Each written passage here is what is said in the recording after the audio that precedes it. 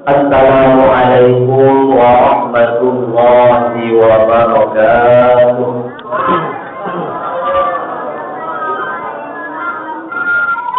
Bismillahi ma sya'allah, la yasuqul khaira illallah. Bismillahi ma sya'allah, la yasrifus su'a illallah.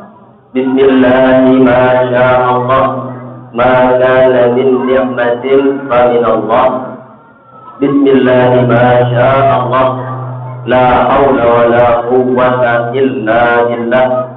Walhamdulillah, wassalatu wassalamu ala rasulillah sayyidina Muhammad ibni Abdillah wa ala alihi wa sahbihi wa mawalah.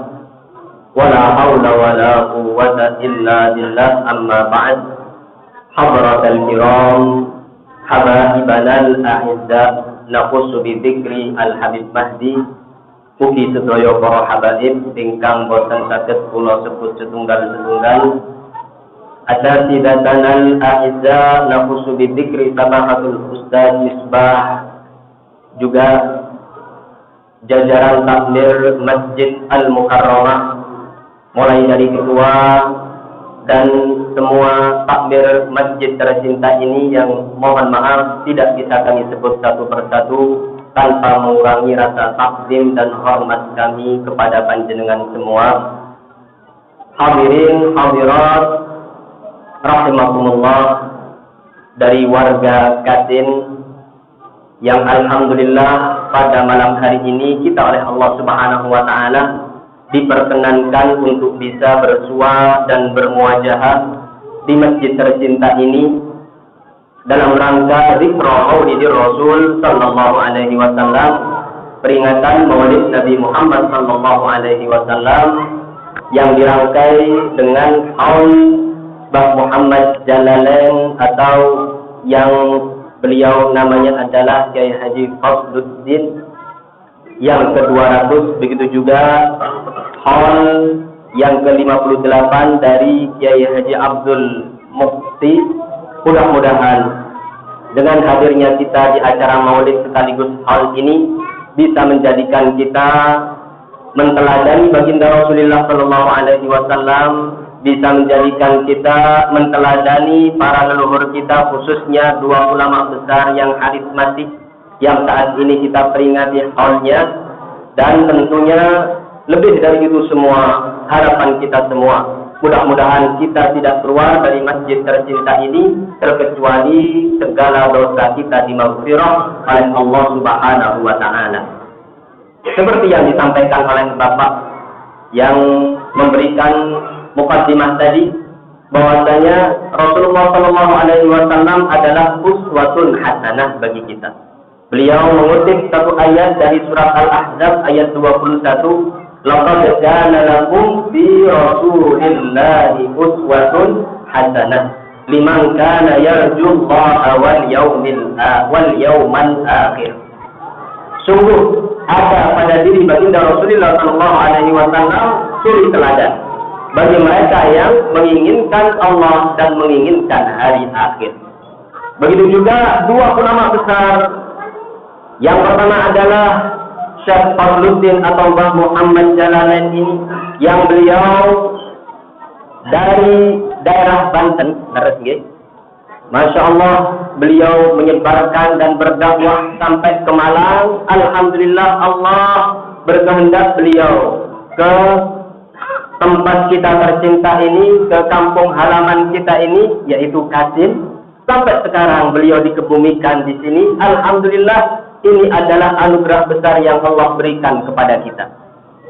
Beliau bukan sia-sia, beliau bukan hal yang kebetulan datang di tempat ini. Ini adalah kehendak Allah Subhanahu wa taala.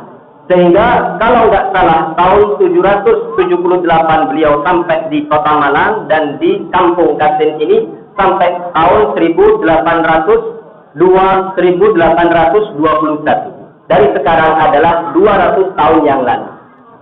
Masya Allah, sekitar 43 tahun beliau berkhidmah, beliau berdakwah dan menyampaikan syariat Islam di kampung tercinta kita ini khususnya dan di kota Malang Raya umumnya. Subhanallah, ini adalah satu perjuangan. Beliau meninggalkan kampung halamannya dari Banten sana sampai ke sini. Dan beliau adalah di antara yang merintis basa Jawane ingkang babat alat di Katin ini. Kalau dihitung dari tahun Masehinya adalah 200 tahun. Sedangkan kalau dihitung dari Hijriahnya adalah 206 tahun. Soalnya setiap 100 tahun dari tahun Masehi itu selisihnya adalah 3 tahun dari tahun Hijriah. Jangan bisa buka dalam surat Al-Kahf, yaitu surat Kahfi. Dalam ayat 25, وَلَبِثُوا فِي كَهْفِهِمْ 300 سِنِينَ وَازْدَادُوا تِسْعًا. Yang alhamdulillah jenengan istiqomahkan baca surat Kahfi setiap hari Jumat di masjid tercinta ini insyaallah. وَلَبِثُوا فِي كَهْفِهِمْ, mereka ashabul kahfi diam dan tidur di gua mereka 300 sinina, 300 tahun, wazdadu tis'a, ditambah 9 kalau dengan hitungan Hijriah atau perhitungan rembulan. Sedangkan kalau dihitung dengan perhitungan matahari 300 tahun. Berarti setiap 100 tahun selisihnya adalah 3 tahun. Beliau sekarang kalau dari hitungan Masehi haulnya yang ke-200, maka kalau dari hitungan Hijriah haul beliau yang ke-206. Maka dari itu jangan sampai kita sebagai warga Katin khususnya gak kenal pada beliau Syekh Muhammad Jalalain dan kepada Kiai Abdul Mukti ini.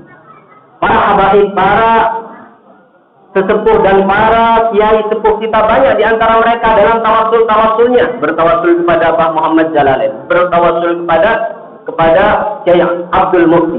Kalau nggak salah gitu Habib. Sering saya hadir di acara para habaib, masya Allah mereka tidak ketinggalan dalam tawasulnya. Seusai bacaan dalam tahlil, kalau dibaca secara lengkap Mbah Muhammad Jalalain dan Mbah Kiai Abdul Mukti yang sekarang kita peringati haulnya yang ke-58. Karena beliau wafat tahun 1963 tahun. Maka dari itu, kita sebagai warga Katin khususnya, dan alhamdulillah saya dengar dari Pak RW, ini adalah acara intern, acara khusus warga Katin. Yang terbangan Katin, yang hadir Katin, yang ceramah pun arek Katin. Alhamdulillah. Maka dari itu, nasihat khusus untuk saya pribadi dan untuk kita semua, pulau kali panjenengan sebagai warga Katin jangan sampai nggak kenal kepada beliau, jangan sampai nggak tahu dengan asrar yang Allah titipkan pada beliau, jangan sampai nggak pernah sekali dalam hidup tidak bertawasul kepada beliau. Tahaddukan bin nikmah. Saya melihat Masjid Al-Mukarramah. Ya, bukan saya saja, insya Allah banyak dari para asatidah yang melihat dan merasakan Masjid Al-Mukarramah ini adalah masjid yang sangat sakral sekali. Masjid yang memiliki aura kuat, memiliki daya tarik kuat. Pertama masuk itu bagi para ustaz biasanya apalagi khutbah Jumat sudah duduk dulu. Mending di masjid yang lain yang besar, tapi di Al-Mukarramah ini nggak tahu, beda seperti itu. Bahkan tidak sedikit, insya Allah para sesepuh insya Allah tahu, tidak sedikit dari para khutbah yang sepuh-sepuh yang sudah berpengalaman, sudah khutbah di mana-mana, ketika khutbah di sini ternyata terkadang lupa ayatnya. Lalu terkadang lupa apa yang mau disampaikan. Ternyata kuncinya mungkin lupa, tidak bertawasul dan tidak bersalam kepada yang makbarahnya di sebelah barat masjid kita ini, Mbah Muhammad Jalalain. Beliau memiliki sir, memiliki rahasia yang luar biasa. Dan tahaddukan bin nikmah lagi. Para habaib, para asatidah, para sepuh, sini sepuh, saya sebagai warga Katin. Tapi Katin kulon kali. Kanet etan kali. Yeah. Sebagai warga Katin, saya di hati saya, muka-muka, aku kan duwe jadwal khutbah Jumat di Masjid Mukarramah. Alhamdulillah doa saya dikabulkan oleh Allah sampai saya keluar ke Batu. Kok masih saja Pak RW nyampe ke Batu nyusul pulau acara Olniki. Waduh. Ya sudah, saya ngambil positifnya saja, husnudzon. Insya Allah ini adalah ikatan batin, ini adalah panggilan batin dari almarhum Mbah Muhammad Jalalain dan Kiai Abdul Mukti. Itu husnudzon saya. Soalnya kalau nggak ada husnudzon seperti itu, Lek boten wonten nuwun sewune, lek boten wonten tawassule, boten saged kula katakan. Merasa nggak bisa saya di tempat sendiri seperti ini. Maka alhamdulillah sebagai warga Katin khususnya, sekali lagi jangan sampai nggak kenal dan nggak tahu kepada siapa yang saat ini kita peringati haulnya Mbah Muhammad Jalalain.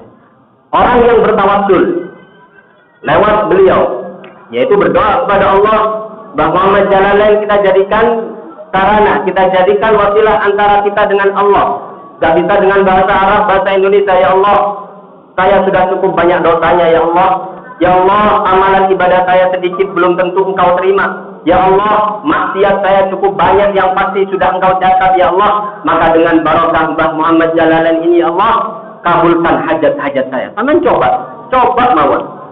Minal mujarrabat, termasuk mujarab, ibarat obat itu mujarab. Nanti kalau wangsul saking Mekah. Alhamdulillah saya cukup lama di kota Mekah, ketika sampai di Malang, karena masa perjombloan saya cukup panjang, ya, jadi yang jomblo-jomblo sampai usia 30 tahun itu jangan berkecil hati, ada temannya. Pulau ini masa perjombloan lumayan panjang, soalnya di kota Mekah. Kemudian ketika pulang, setelah menikah, sudah gitu 1 tahun lebih nggak punya keturunan. 1 tahun lebih, gak ada bicara, gak ada tanda-tanda.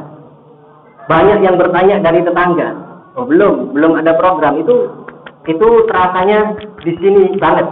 Kalau orang menikah bertahun-tahun gak punya anak, ditanya-tanya sama tetangga biasanya, itu sakitnya terasa di sini, gitu ngoten. Waduh, gimana ini?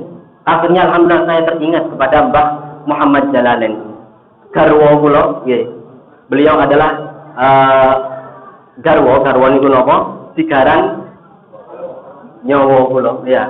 Orang yang saya cintai di sini, ya di Malang ini, masya Allah saya ajak ziarah. Alhamdulillah saya lihat kok tidak dikunci, berdua di sana. Saya berdoa memohon kepada Allah, ya Allah, saya punya hajat ya Allah, khusus ya Allah, dengan karuniai saya anak-anak yang banyak, yang soleh-solehah.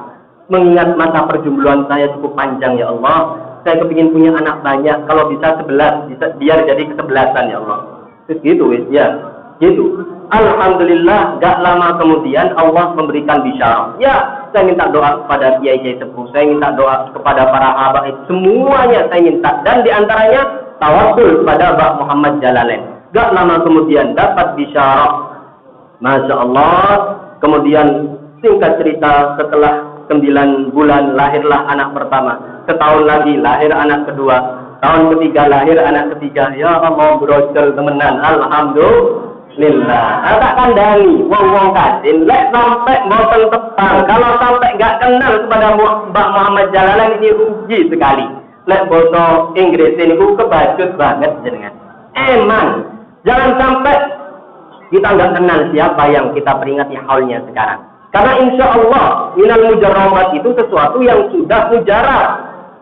Al-Imam Zahabi saja, beliau adalah santrinya Ibnu Taimiyah yang sangat-sangat anti dengan tawassul. Dalam kitabnya namanya Syiarul A'lamin Nubala pernah menuturkan ziarah ke makam para nabi, ziarah kepada makam para wali, termasuk kepada Ma'ruf Al-Karhi, yaitu seorang tabi'in, seorang wali besar yang meninggal di Baghdad, namanya Imam Ma'ruf Al-Karhi. Imam Zahabi tahu bagaimana? Kuburan ini adalah sirya mujarrab. Kuburannya Ma'ruf Al-Karhi ini adalah obat yang mujarab. Diibaratkan obat dan resep dari dokter, siapa yang minum untuk penyakit apapun, siapa yang berdoa kepada Allah dengan wasilah wali ini, hajat apapun, baik hajat dunia, lebih-lebih hajat akhirat, insya Allah cepat dikabulkan oleh Allah Subhanahu wa Ta'ala. Jangan sampai kita jauh-jauh ziarah ke makam wali, jauh-jauh ke Mbah Jalalain sendiri belum ziarah. Khawatir kalau ke wali terdekat sendiri, baik dekat dari jarak atau dekat dari nasab, seperti para Habaib Al-Izzah. Mereka dari segi nasab punya kakek, punya para aulia, di antaranya Muhammad Al-Faqihil Muqaddam Muhammad bin Ali Ba'alawi dan lain sebagainya. Tentunya mereka akan tawassul kepada garis nasab mereka sendiri, soalnya terdekat. Kan ngerti nggih? Lek kula kali panjenengan mungkin boten gada garis nasab di atas kita punya seorang wali besar yang dekat dengan kampung halaman kita. Jangan sampai itu kita langkahi dulu, ziarah wali-wali jauh-jauh. Jangan dulu. Khawatir sama para walinya yang jauh-jauh dijawab. Lah, awakmu kok ado-ado teman. Ngarep omamu dewi itu ada seorang wali besar, siapa yang tawasul di sana pasti akan diijabahi oleh Allah, kok jauh-jauh. Khawatir seperti itu. Ini berkaitan dengan ilmu juga. Orang jauh-jauh belajar ilmu ke luar negeri, tapi belum belajar kepada para kiai, kepada para habaib, kepada para asatidah yang ada di kampung halamannya, yang ada di kota tercintanya, langsung loncat ke negara lain. Ini dikatakan oleh sebagian ulama, khawatir dia tidak akan mendapatkan keberkahan ilmu. Jadi hal semacam ini setidaknya bagi kita khususnya orang Katib, mengingat ini adalah acara intern sekali, karena sekarang lagi kondisi semacam ini, maka kita harus kenal siapa beliau, Syekh Fadluddin Muhammad Jalalain. Kita lebih kenal lagi siapa beliau, Kyai Abdul Mufti. Mereka adalah ulama-ulama karismatik. Mereka adalah orang-orang yang dekat kepada Allah Subhanahu wa taala, yang cukup banyak perjuangan mereka di masa hidup mereka sehingga kita yang hidup setelahnya, sehingga kita generasi selanjutnya kita bisa mencontoh dan menteladani beliau. Sebelum kita langsung menteladani siapa baginda Rasulullah sebagaimana disampaikan dalam surah Al-Ahzab ayat 21 tadi, kita teladani mereka yang mengemban dakwah baginda Rasulullah di kota kita dan di kampung halaman kita. Kita tiru sepak terjang mereka, kita tiru adab dan akhlak mereka, kita tiru keimanan dan ketakwaan mereka. Sehingga semakin kita mengenal mereka, semakin kita kaitkan ruhannya kita dengan mereka. Kita selalu tawasul, kita selalu meminta kepada Allah lewat barokah-barokah mereka. Insya Allah akan mendekatkan kita dengan mereka. Insya Allah akan menyertakan kita dengan mereka. Insya Allah bukan cukup di dunia ini saja, tapi sampai di akhirat kelak. Amin, amin, Allahumma amin. Itu tujuan kita hadir acara haul. Apalagi acara haul ini dirangkai dengan acara Maulid Nabi Muhammad Sallallahu Alaihi Wasallam yang tadi dibacakan dalam kitab Sintut Durar oleh Al-Habib. Insyaallah beliau tenpun di bawah Habib muda yang ganteng tadi di sini, masya Allah ya. Beliau membacakan, waqad ana lil qalami ay yakhutta ma harakathu fihi al-anamil mimma tafadahu al-fahmu min sifati hadzal 'abdil mahbubil kamil wa syama'ilihi allati hiya ahsanus syama'il. Al-Habib Ali Muhammad Al-Habsyi menulis Sintut Durar ini, beliau bukan melihat kitab-kitab mencari referensi, bukan, tapi mimmat tafadahul fahmu, apa yang beliau pahami dan apa yang beliau hafal, beliau tulis dari luar kepala beliau. Sehingga apa yang beliau tulis ini bukan sekedar syama'il atau bukan sekedar perangai, akan tetapi ini adalah perangai sebaik-baik makhluk, dan beliau adalah baginda Rasulullah Sallallahu Alaihi Wasallam. Apalagi digabung dengan acara seperti itu, yaitu digabung dengan acara Maulidur Rasul Sallallahu Alaihi Wasallam. Kemudian Habib tadi, masya Allah, di akhir membacakan satu qasidah, huwa nur yahdil hairina diyauhu. Beliau baginda Rasulullah Sallallahu Alaihi Wasallam adalah nur, beliau adalah cahaya. Yahdil hairina diyauhu, yang cahaya beliau bisa memberi hidayah dan petunjuk pada orang-orang yang bingung. Kita yang dengan baginda Rasulullah cukup jauh zamannya, cukup jauh tempatnya, 1443 tahun jarak kita dengan Rasulullah, 9.000 kilometer kurang lebih antara Katin sama Mekah sana. Jenengan bisa lihat di Google Maps Mekah gitu ya, terus langsung pesen Grab misalnya gitu, itu berapa? 9.000 kilometer, tapi langsung minta cancel semuanya mas Grabnya ini ya. Cukup jauh jarak kita dari segi waktu dan dari segi tempat dengan baginda Rasulullah. Maka kita butuh dengan para warasatul anbiya, para pewaris Nabi, mereka yang mengemban nur atau cahaya baginda Rasulullah. Mereka yang paling banyak menyerap dan meresapi cahaya baginda Rasulullah Sallallahu Alaihi Wasallam ini. Gak usah jauh-jauh, kita sudah di Katin ini sudah memiliki seorang wali besar yang babat alas kota kampung halaman kita ini Katin. Masya Allah, beliau sudah mengemban cahaya baginda Rasulullah Sallallahu Alaihi Wasallam, dan orang-orang yang paham, orang-orang yang sadar, orang-orang yang kedua matanya sudah tahu tentang keutamaan beliau, insya Allah di antara mereka yang juga mendapatkan cahaya baginda Rasulullah. Soalnya kita sulit langsung ingin melihat Rasulullah dari jauhnya itu.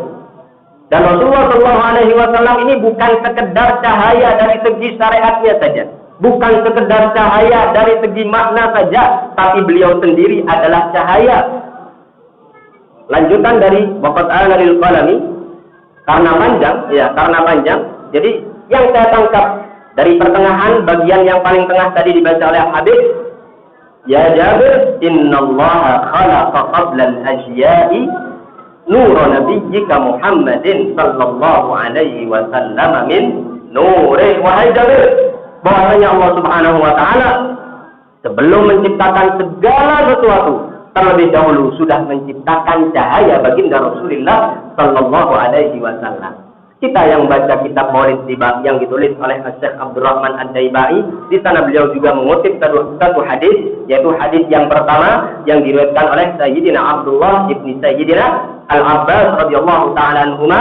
Rasulullah bersabda, "Inna Quraisyan kanat nuran baina yadayillah qabla an yakhluqa Adama bi alfi 'am yusabbihu Allah dzalika an-nur wa tusabbihu al-malaikatu bitasbih." Inna Quraisyan, bahwasanya yang Quraisy yang dimaksud di sini adalah beliau sendiri. Karena dalam riwayat lain adalah kuntu nuran, aku adalah cahaya. Qabla an yakhluqa Adama bi alfi 'am, sebelum Allah menciptakan Nabi Adam 2000 tahun. Bayangkan, 2000 tahun sebelum Allah menciptakan Nabi Adam, terlebih dahulu Allah sudah menciptakan cahaya baginda Rasulullah sallallahu alaihi wasallam. Yusabbihullaha dzalikan nuru wa tusabbihul malaikatu bitasbihih. Cahaya itu selalu bertasbih kepada Allah beserta para malaikat ikut bertasbih kepada Allah Subhanahu wa taala. Shallu ala Nabi Muhammad. Akhirnya di dalam Al-Quranul Karim lebih ditegaskan lagi dalam surat Al-Ma'idah ayat 15, yaitu firman Allah Subhanahu wa taala, "Qad ja'akum minallahi nurun wa kitabum mubin." Telah datang kepada kalian nur, cahaya, wa kitabum mubin, dan Al-Qur'anul Karim. Para ahli tafsir bersepakat cahaya yang dimaksud di sini adalah baginda Rasulullah sallallahu alaihi wasallam. Maka dari itu tidak ada yang bisa mengemban cahaya baginda Rasulullah, yang bisa menyerap cukup banyak cahaya baginda Rasulullah ini, terkecuali mereka adalah para aulia, terkecuali mereka adalah para ulama, mereka yang sudah punya sumbangsih cukup banyak untuk umat ini, untuk umat baginda Rasulullah Sallallahu Alaihi Wasallam, sehingga sampai detik ini, bahkan sampai 200 tahun Allah memuliakan beliau, kita masih menyebut namanya. Teman, kalau mau membayangkan, orang ini kok bisa sampai 200 tahun disebut oleh Allah? Soalnya kalau ada manusia, kok masih disebut namanya, padahal sudah ratusan tahun berapa? Padahal sudah ada yang 1000 tahun lebih. Bahkan ada yang sudah 5000 tahun, ada yang 7000 tahun. Yang 5000 tahun diantaranya Nabi Ibrahim alaihissalam. Beliau ini saking kepinginnya disebut-sebut namanya oleh orang-orang sampai akhir zaman, beliau berdoa. Dan doa beliau tertera dalam surah Asy-Syu'ara ayat 84, firman Allah Subhanahu wa taala, "Waj'al li lisana sidqin fil akhirin." Ya Allah, jadikan untukku lisan-lisan yang menyebut kebaikan-kebaikanku nanti di akhirin, yaitu di umat-umat mendatang. Kita sebagai umat Nabi Muhammad membaca salawat, setidaknya salawat Ibrahimiyah tiap kali kita salat. Disebut oleh orang-orang Islam Nabi Ibrahim ini. Kemudian oleh orang-orang Nasrani disebut, sama orang-orang Yahudi disebut. Sampai orang-orang Yahudi mengatakan Nabi Ibrahim itu orang Yahudi. Kemudian Nasrani pun juga mengatakan, enggak, Nabi Ibrahim Nasrani. Ibarat orang yang hidup sekarang mengklaim dirinya dan mengatakan, oh Nabi Muhammad Shallallahu Alaihi Wasallam itu madhabnya Syafi'i, yang madhab Malik, oh enggak, madhabnya Malik. Lebih baru lagi, khususnya kalau di Indonesia, Nabi Muhammad Shallallahu Alaihi Wasallam itu NU, yang Muhammadiyah, oh enggak, namanya aja Muhammadiyah. Nah ini sama dengan ungkapan-ungkapan orang Yahudi dan Nasrani. Mereka ngaku-ngaku Nabi Ibrahim itu adalah Yahudi, yang Nasrani mengatakan Nabi Ibrahim adalah Nasrani. Kalau kita ingat-ingat, ini adalah buah dari doa beliau dalam surah Asy-Syu'ara ayat 84 tadi, waj'al li lisana sidqin fil akhirin, sampai diperebutkan. Akan tetapi Allah yang menjawab sendiri. Maka Nabi Ibrahim Yahudiyyan wa la Nasraniyyan walakin kana hanifan muslimah. Ibrahim itu bukan Yahudi, Ibrahim itu bukan Nasrani, tapi Ibrahim adalah seorang Muslim, Hanifah, yang memiliki agama suci dan lurus. Ini Nabi Ibrahim. Saking pentingnya, saking berharganya, disebut satu nama seseorang setelah dia wafat, Nabi Ibrahim sampai minta waj'al li lisana sidqin fil akhirin. Kemudian Nabi kita Nabi Muhammad Shallallahu Alaihi Wasallam juga meminta dan menganjurkan kita sebagai umatnya, seusai azan selalu berdoa untuk baginda Rasulullah, atihil wasilata wal fadilah wa ba'athul maqamal mahmuda. Ya Allah, berilah Rasulullah Shallallahu Alaihi Wasallam wasilah dan fadilah. Nabi Muhammad, beliau adalah sebaik-baik nabi, beliau adalah sebaik-baik rasul, yang sudah pasti beliau ini di atas para nabi dan di atas para rasul makamnya. Tapi beliau masih punya perasaan, masih ingin didoakan, masih ingin disebut namanya. Dalam salat pun di tasyahud akhir kita wajib kita bersalawat minimal Allahumma shalli ala sayyidina Muhammad, minimal Assalamu alayka ayyuhan nabi wa rahmatullahi wa barakatuh. Salam sejahtera dan keberkahan mudah-mudahan terlimpah kepadamu ya Rasulullah. Dan timbal baliknya, kita sebagai generasi penerus, kalau mendoakan leluhur kita, kalau mendoakan ulama-ulama dulu yang sudah berjuang di daerah kita, kalau mendoakan para nabi dan rasul, Nabi Ibrahim, apalagi baginda Rasulullah, timbal baliknya kita akan mendapatkan keuntungan yang lebih besar lagi. Orang yang bersalawat satu kali, apa keuntungannya? Allah akan memberikan 10 kali rahmat. Allah akan mengangkat 10 derajat. Allah akan menghapus 10 dari mengangkat 10 derajat dan menghapus 10 dosanya. Ini orang yang membaca 1 salawat saja. Bagaimana kalau 10? Bagaimana kalau 100? Sampai hitung sendiri. Begitu juga ketika kita menyebut-nyebut orang-orang saleh.